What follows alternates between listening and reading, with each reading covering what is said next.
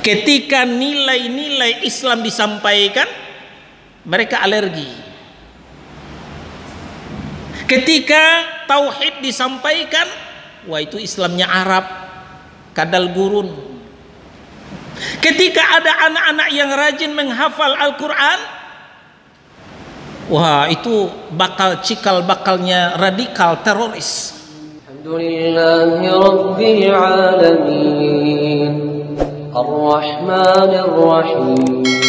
Ikhwana fiddin, azakumullah, saudara-saudara kaum muslimin, jamaah zuhur Masjid At-Taqwa PT Rukindo Ancol, Jakarta Utara. Kita masih membicarakan syarat-syarat syahadat la ilaha illallah, atau yang kita juga mengenalnya dengan tahlil la ilaha illallah.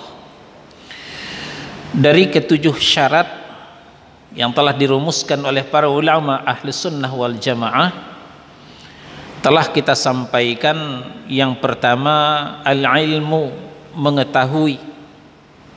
Yang kedua yakin. Yang ketiga qabul, menerima. Nah sekarang kita lanjutkan ke syarat yang keempat. Syarat yang keempat adalah inqiyad. Inqiyad artinya patuh dan taat, atau disebut juga dengan taslim. Taslim ini tunduk dan menyerah. Nah ini dua kata yang menjadi syarat yang keempat ini. Al-inqiyad artinya patuh dan taat. Dalam istilah lain disebut dengan taslim, artinya tunduk dan menyerah. Dalil-dalil yang bisa kita sampaikan baik dari Al-Quran maupun dari As-Sunnah. Dari Al-Quran kita bisa lihat hubungannya ketundukan dan penyerahan terhadap kesempurnaan daripada iman itu sendiri. Kita buka An-Nisa surah yang keempat ayat 65. An-Nisa surah yang keempat ayat 65. Di situ Allah bersumpah. Kata Allah, "Fala wa rabbika." Demi Rabbmu hai Muhammad. Siapa Rabbnya Muhammad? Ya Allah subhanahu wa ta'ala. Jadi Allah bersumpah dengan dirinya sendiri. La yu'minuna hatta yuhakkimuka fima syajara bainahum. Tidaklah beriman salah seorang di antara kamu, di antara mereka, wahai Muhammad, sehingga menjadikan kamu sebagai hakim dalam perkara yang mereka perselisihkan. Sesuatu masalah, sesuatu dilema, sesuatu perbedaan di antara kita, apalagi semakin lama semakin meruncing, maka kita wajib menjadikan Rasul sebagai hakim pemutus. Inilah yang dihimbau oleh Allah dalam ayat 59 masih dalam An-Nisa. Fa in tanaza'tum fi syai'in farudduhu ila Allahi war Rasul. Kalau terjadi perbedaan di antara kamu, tidak usah bersitegang urat leher, tidak perlu menapik meja, tapi kembalikanlah kepada Allah dan Rasul. Kenapa? Karena memang Allah lah yang mempunyai din yang mulia ini. Tentu Allah akan lebih tahu permasalahan di antara kita. Kemudian, karena memang Rasul lah yang membawa agama ini kepada kita. Kita sudah terima jadi, kita sudah terima bersih. Seluk-beluk dalam agama ini kita tidak mengerti banyak. Yang tahu persis adalah Allah dan Rasul. Inilah sebabnya Allah panggil kita, farudduhu ilallahi war rasul. Kembalikan kepada Allah dan Rasul. Maksudnya kembalikan kepada Allah, kembalikan kepada Al-Quran, kembalikan kepada Rasul adalah rujuklah, konfirmasilah kepada hadis-hadis yang sahih. Nah, di ayat 65 ini kita divonis oleh Allah, la yu'minuna, mereka itu pada dasarnya belumlah beriman, kata Allah Subhanahu wa taala, sebelum kita menjadikan Rasul sallallahu alaihi wasallam sebagai pemutus dalam berbagai perkara yang kita perselisihkan. Setelah itu, thumma la yajidu fi anfusihim harajan mimma qadaita wa yusallimu taslima. Lalu terhadap keputusan yang kamu sampaikan, lalu mereka tidak merasa keberatan, mereka merasa senang, mereka terima dengan sepenuh hati, walaupun kadangkala merugikan pribadinya sendiri. Nah, inilah orang yang diakui imannya. Sebaliknya, ketika tidak mau menjadikan Rasulullah sebagai hakim pemutus, ketika kita masih mengedepankan hawa nafsu, kepentingan pribadi, egoisme, maka keimanan kita belumlah diakui oleh Allah Tabaraka wa Ta'ala. Ujung ayat Allah menjelaskan, dan mereka tunduk dan patuh dengan sepenuh hati. Taslim, tunduk dan patuh kepada keputusan Rasul sallallahu alaihi wasallam. Ini hubungan daripada taslim dengan iman, hubungan dengan inqiyad dengan keimanan kita. Selanjutnya dalil dari hadis yang Nabi sallallahu alaihi wasallam. Dalil dari hadis Nabi sallallahu alaihi wasallam. Sanadnya dari Abi Muhammad Abdullah bin Amr bin As. Hadis ini diriwayatkan oleh Abu Nuaim At-Tabrani. Kata Nabi sallallahu alaihi wasallam, la yu'minu ahadukum, tidaklah sempurna iman salah seorang di antara kalian, hatta yakuna hawahu taba'an lima ji'tu bih, sehingga hawa nafsunya tunduk dan patuh mengikuti apa yang aku bawa, kata Nabi sallallahu alaihi wasallam. Apa yang dibawa oleh Rasul? Yang dibawa oleh Rasul adalah syariat, wahyu yang mengandung syariat, wahyu yang berisikan syariat. Jadi iman kita tidaklah diterima, kata Nabi sallallahu alaihi wasallam, sebelum hawa nafsu kita, keinginan kita, egoisme kita tunduk dan patuh mengikuti wahyu yang berisi syariat yang dibawa oleh Rasulullah sallallahu alaihi wasallam. Maka kita mendapati di tengah-tengah kaum muslimin maka terpecah menjadi dua. Di manakah kita? Silahkan nanti dianalisa. Ada di antara kaum muslimin yang menerima dan tunduk dan patuh, maka dia akan menjadi syariat mania. Tidak ada panggilan syariat yang berat olehnya. Panas terik, hujan berangin, jauhnya jalan tidak masalah. Kalau memang syariat yang memanggil, dia akan datang. Kalau memang syariat yang meminta, dia akan penuhi. Inilah syariat mania. Sebaliknya, orang yang tidak menerima, orang yang tidak tunduk dan patuh, orang yang tidak taat, maka dia akan menjadi syariat fobia. Syariat fobia. Dia mengaku muslim, KTP-nya Islam. Kalau sudah berbicara syariat, dia mulai mundur teratur. Nah, maka tidak sedikit di negeri kita syariat fobia ini. Dia alergi dengan lambang-lambang Islam. Jangankan syariat Islam, dengan lambang Islam saja dia sudah alergi duluan.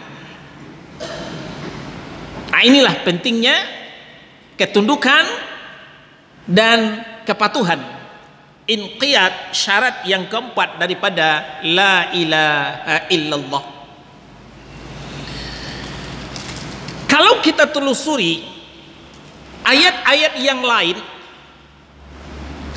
ketundukan dan kepatuhan ini ternyata merupakan tanda orang yang berkualitas agamanya. Yang berkualitas agamanya. Selama ini kita hanya melihat kulit ari. Selama ini kita hanya tertipu dengan casing, dengan penampilan. Ya, kalau sorbannya besar, jubahnya besar, ikat kepalanya segede ban Vespa, wah ini ulama besar. Bagaimana ketundukan dan kepatuhannya? Ternyata ini harus ditinjau ulang. Kita masih di An-Nisa, surah yang keempat, di ayat 125. Allah menjelaskan, kata Allah Subhanahu wa taala, "Wa man ahsanu dinan mimman aslama wajahahu lillahi wa huwa muhsinun." Siapakah yang lebih baik agamanya, kata Allah Subhanahu wa taala.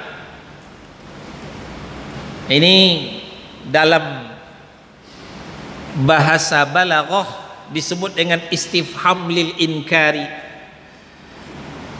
Gaya bahasa Allah bertanya, tapi wallahu a'lam, Allah itu lebih tahu sebenarnya, bukan Allah tidak tahu. Tapi sebenarnya Allah mau mengingkari. Kata Allah Subhanahu wa taala, "Wa man ahsanu dinan mimman aslama wajahahu lillahi wa huwa muhsinun." Siapakah lagi yang lebih baik agamanya daripada orang yang ikhlas menyerahkan dirinya kepada Allah, sedangkan dia pun mengerjakan kebaikan. Sepertinya Allah bertanya, tapi bukan Allah tidak tahu. Wallahu a'lam, Allah itu lebih tahu sebenarnya. Yang dimaksud oleh Allah, tidak ada lagi orang yang lebih baik agamanya selain daripada dia menyerah, taslim, tunduk dan patuh, dan lalu dia berbuat kebaikan. Wah, inilah ternyata orang yang baik agamanya. Walaupun casingnya biasa-biasa saja, tidak pakai jubah, tidak pakai peci putih, mungkin di kalangan jamaah biasa, akar rumput, marginal, tapi dia taslim, tunduk dan patuh kepada Allah dan Rasul. Dan lalu dia seringkali berbuat baik, tentu semampunya, sesuai dengan kemampuannya. Fattakullah mastata'tu. Apa artinya casing? Apa artinya jubah yang besar, ikat kepala segede ban Vespa, di tangannya selalu ada tasbih, Sementara apa yang diminta oleh Allah tidak ditaati, apa yang dilarang oleh Allah tidak dijauhi. Bukan tanda agama yang baik orang seperti itu, kata Allah tabaraka wa ta'ala. Yang ketiga, ya, kita urut kembali.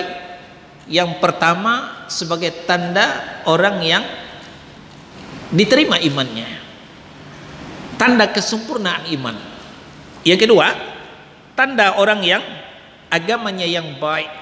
Nah, sekarang yang ketiga, inqiyad, orang yang patuh dan taat, yang taslim, yang tunduk. Berarti orang itu telah mendapatkan pegangan yang kuat, mendapatkan pegangan yang kuat. Tentu bagi kita yang sering naik kereta api, yang sering naik Transjakarta, ya mungkin sebelum Covid ya, biasanya kalau tidak kebagian tempat duduk, kita berdiri. Berdiri kita dibekali dengan ada pegangan, ya. Sebelum pegangan, lihat dulu pegangannya masih utuh atau tidak. Kalau pegangannya sudah mulai putus-putus, sudah usang, jangan. Nanti ambruk ke bawah. Tujuannya pegangan itu supaya tetap selamat. Ketika kereta itu menikung ke kanan, menikung ke kiri, ketika Transjakarta itu menanjak ke atas, menurun ke bawah, insya Allah selamat ketika pegangannya kuat. Tapi kalau pegangannya lemah, ambruk ke bawah. Apalagi yang sudah umur, ya, kepala 5, kepala 6 sudah tidak kuat lagi. Maka untuk lansia dipersilahkan duduk biasanya. Nah, dunia ini, kata Luqmanul Hakim, ad-dunya bahrun amikun. Dunia ini adalah lautan yang penuh gelombang. Ini ibarat dunia ibarat lautan yang penuh gelombang. Kalau tidak hati-hati, kita akan dihempaskan ke sana dan kemari dan tenggelam di bawah arus. Maka lebih perlu pegangan yang kuat kalau mau hidup di dunia. Apa pegangan yang kuat itu? Pegangan yang kuat itu adalah tunduk dan patuh. Tunduk dan patuh. Kita buka Luqman surah yang ke-31 ayat 22. Allah berfirman, wa may yuslim wajahahu ilallahi wa huwa muhsinun faqad istamsaka bil urwatil wuthqa. Dan barang siapa yang berserah diri kepada Allah, tunduk dan patuh kepada Allah, sedangkan dia orang yang berbuat kebaikan, maka sesungguhnya dia telah berpegang kepada buhul tali yang kokoh. Saudara-saudara, betapa banyak kita lihat di negara kita ini ada orang yang dihempaskan oleh gelombang korupsi. Padahal dia sudah kaya, rumah sudah punya, bahkan setiap kota dia punya rumah, mobil sudah punya, penghasilan juga sudah bukan puluhan juta lagi, ratusan juta. Kenapa masih korupsi? Nah, ini pegangannya tidak kuat, dihempaskan oleh gelombang korupsi. Apalagi gelombang narkoba. Innalillah, kalau kita menemukan data, ternyata Republik tercinta ini mengkonsumsi narkoba paling tinggi. Sarangnya narkoba di Indonesia. Malah setelah dimasukkan ke dalam penjara, di dalam penjara dia kendalikan bisnis narkobanya. Demikian hebatnya bisnis narkoba di negeri kita. Ini merupakan gelombang yang akan membinasakan, gelombang narkoba, gelombang pergaulan bebas. Betapa banyak anak-anak muda kita usia SMP, usia SMA diadakan penelitian. Saya baca penelitian di Depok, ya, orang Jakarta Utara nggak usah tersinggung. Penelitian di Depok, 75% anak gadis usia SMP, SMA tidak perawan lagi. Innalillahi wa inna ilaihi raji'un. Ini menunjukkan pergaulan bebas, gelombang pergaulan bebas telah menghempaskan anak muda-mudi kita. Kenapa? Kurangnya pegangan yang kuat, yaitu kepatuhan dan ketundukan kepada Allah Subhanahu wa ta'ala. Belum lagi pembunuhan, ya, pembantaian secara biadab, keringnya rasa kasih sayang. Ya, bukti terakhir kilometer 50 tol Cikampek. Padahal yang ditembak itu tidak korupsi, yang ditembak itu bukan agen narkoba, yang ditembak itu bukan pelaku maksiat, tapi ternyata mereka gugur.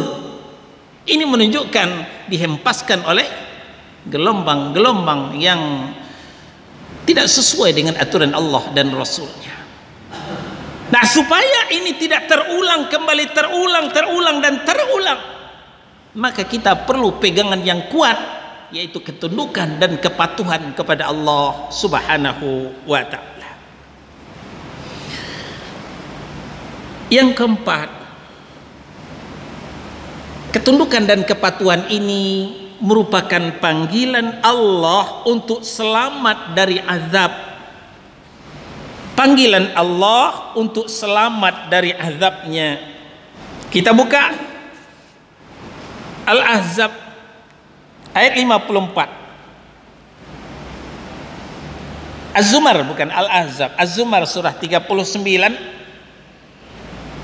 ayat 54. Allah berfirman, wa anibu ila rabbikum, dan kembalilah kepada Rabbmu, wa aslimulah, dan tunduk dan patuhlah kalian, min qabli ayyatiyakumul azab, sebelum datang azab. Sebelum datang azab. Kalau azab sudah datang, tsumma la tunsarun, kemudian kamu tidak akan bisa ditolong lagi, kata Allah Subhanahu wa ta'ala. Al-Hafiz Ibnu Katsir rahimahullahu ta'ala ketika menafsirkan azab ini, beliau mengatakan, azab memang case-nya di dalam neraka, tapi perskotnya, DP-nya telah ditransfer oleh Allah ke dunia berupa bencana. Jadi bencana yang datang silih berganti merupakan perskot daripada azab yang dijanjikan Allah Subhanahu wa ta'ala. Kita perhatikan, negeri kita tidak henti-hentinya dirundung musibah. Musibah bencana alam, musibah bencana kemanusiaan. Bencana alam, gunung meletus, tanah longsor, gempa bumi, banjir bandang, tsunami, ya, terakhir Kalimantan Selatan, dan yang baru-baru ini adalah Puncak, Cisarua, banjir bandang. Orang hanya bisa melihat secara kulit ari, wah ini karena hujan tidak henti-hentinya berhari-hari, maka datanglah bencana. Itu cuma sekedar penyebab. Kalau ditanyakan kenapa ini terjadi, siapa yang menciptakan ini, yang mendatangkan ini adalah Allah Subhanahu wa ta'ala, sebagai perskot daripada azab yang dijanjikan oleh Allah Subhanahu wa ta'ala kepada orang yang tidak tunduk dan patuh kepada Allah. Ketika nilai-nilai Islam disampaikan, mereka alergi. Ketika tauhid disampaikan, wah itu Islamnya Arab, kadal gurun.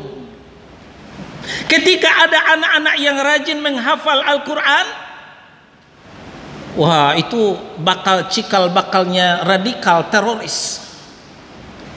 Tapi ketika butir-butir ajaran komunis yang diusulkan Wah, itu banyak yang sesuai,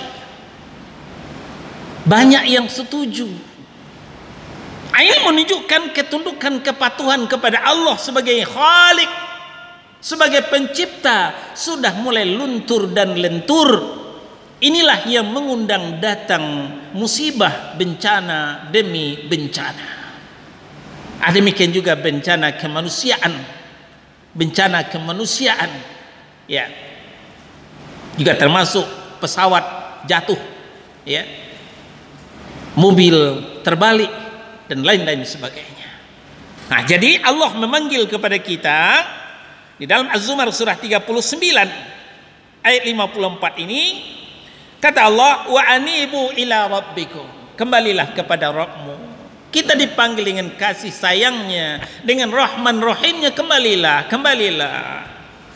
Wa aslimulah, dan tunduk dan patuhlah. Tidak ada jalan selamat di dunia ini selain daripada ketundukan dan kepatuhan kepada Allah Subhanahu wa ta'ala. Min qabli ayyatiyakumul adab, sebelum datang kepadamu azab. Azab di dunia belum seberapa, tapi kita sudah uring-uringan. Apalagi nanti azab di akhirat, azab dalam kubur, azab dalam neraka, ketika di situ tidak ada yang akan menolong kita. Ini yang dimaksud oleh Allah, tsumma la tunsarun. Mudah-mudahan dengan ketundukan dan kepatuhan ini kita semakin bisa memantapkan akidah, memantapkan tauhid kita. Bertambahlah syarat sahnya diterimanya syahadat kita, la ilaha illallah kita oleh Allah Subhanahu wa ta'ala. Alhamdulillahi Rabbil Alamin, Ar-Rahmanir Rahim.